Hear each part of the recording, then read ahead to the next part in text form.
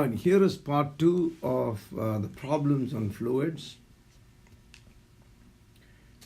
In this question, you have a 6 centimeter diameter pipe that gradually narrows to 4 centimeter. And water flows through this pipe at a certain rate. The gauge pressure in these two sections is 32 kilopascals and 24 kilopascals. What is the volume rate of flow? Now we are assuming that this is a horizontal pipe, and so when you apply Bernoulli's principle, you're going to have the wider part and the narrow part. At the wider part, the diameter is 6, and at the narrow, it's 4. And according to the equation of continuity, the volume that flows in t seconds here, volume flowing in t seconds, is either the product of A1 V1 or which is equal to A2 V2, where A1 is the area of cross section at the first section and A2 at the second. Now the area is pi r squared, so we're going to have pi times the radius, half of the diameter. I'm still keeping it in centimeters because it's a ratio. Even if you change it to meters, it will still be the same. So pi r1 squared times the velocity in the wider region is equal to pi r2 squared times the velocity in the narrow region. Pi's get cancelled, and we can set up a relation between V1 and V2. So let's say V1 is 2 by 9, V2. So that's important. Now applying Bernoulli's principle, P1 by rho plus V1 squared by 2 is equal to P2 by rho plus V2 squared by 2. So remember that this section here is 1. Here is that, yeah, 2. Okay. Okay, so I have to correct that because I forgot to square it. Okay, that's corrected. And now when you rearrange V1 squared by 2 minus V2 squared by 2, when you take this to the outside, it becomes negative, of course. Rearrange, and you get that because the rho is common. And then we will take this 2 to the other side.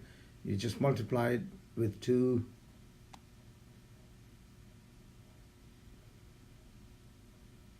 And then substitute for V2.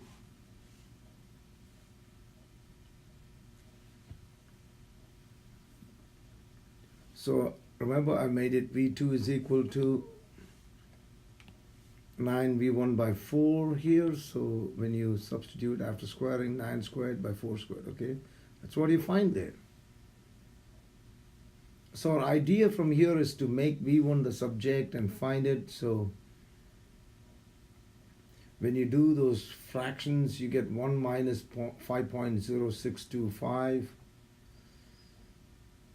which is 81 by 16. All right, so substitute, calculate V1, basically.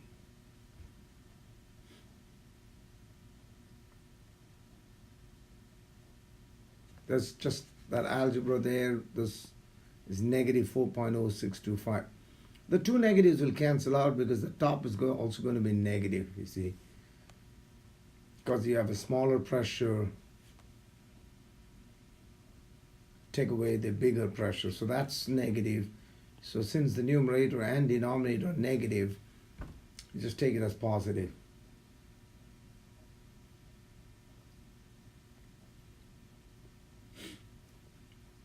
That comes out to be, when you take the square root, it comes out to be 1.98 meter per second. Once we know this velocity, we can find the volume rate of flow, because the volume flowing per second is the product of the area of cross section and the velocity. And that is pi times, since we are using the wider part, it's 0.03 squared times 1.98. which gives the volume flowing per second as 0.0056 meter cube per second. Very important question. Takes us to the next one. Here, it may be during a hurricane, wind blows at 35 meter per second over a house. What is the net force on the roof if its area is 140 meters squared and it's flat? So remember that we're looking at the same height. It's a flat roof, and inside the house, the wind is not moving, so the air is not flowing, so the velocity is zero. And since the wind is blowing over the top of the house, the pressure over the top is going to be less, because according to Bernoulli's principle, where the velocity is higher, the pressure is lower. So, and to find the force, of course, force is pressure multiplied by area. So we need to find that pressure difference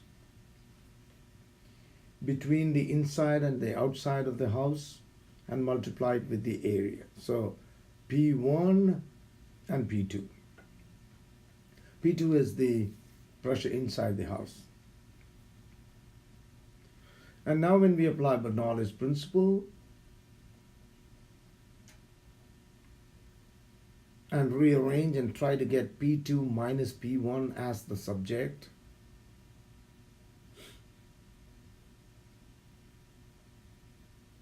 and remember that V2 is 0, because V2 is the speed inside the house. So to find the force, you multiply that pressure difference, which is this whole thing, with the area. So now half times the density of air, and okay, V2 is 0, V1 is the wind speed over the roof of the house, which is 35, so square that, multiply with the area which is given. So when you do all that calculation, you get a tremendous force on the roof, and that's dangerous, because if the whole thing is not nailed down properly, there's every chance that the roof can get blown away. And especially if the wind speed were higher than this. So that's how you do that problem. And here is the last question. Estimate the air pressure inside a Category 5 hurricane where the wind speed is 300 kilometers per hour. So here you have to understand that we're trying to find the air pressure inside. So we have to assume that the air pressure outside the hurricane, like where there is no hurricane, almost at the edge of the hurricane, is the normal atmospheric pressure. And again, that we have to also assume that there the air is not moving. That means the wind speed is 0. So wind speed outside the hurricane is assumed to be 0. And the pressure outside is 1 atm.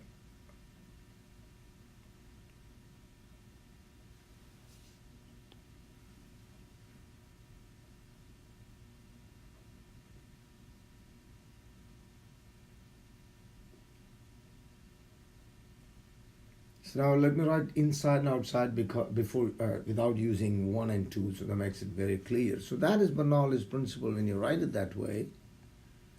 P inside plus 1/2 rho V squared inside is P outside plus 1/2 rho V squared outside.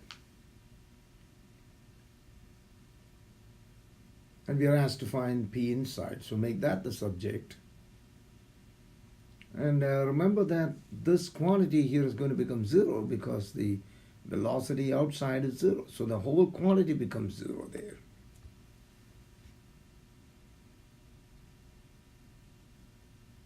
And when you take this term to that other side, it becomes negative. That's why you have the negative there.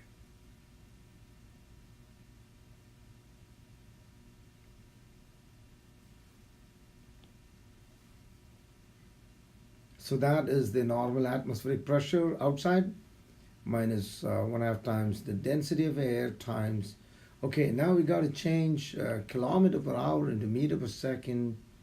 That's done by multiplying by 5, dividing by 18. That's just a shortcut. That is again to change kilometer per hour into meter per second.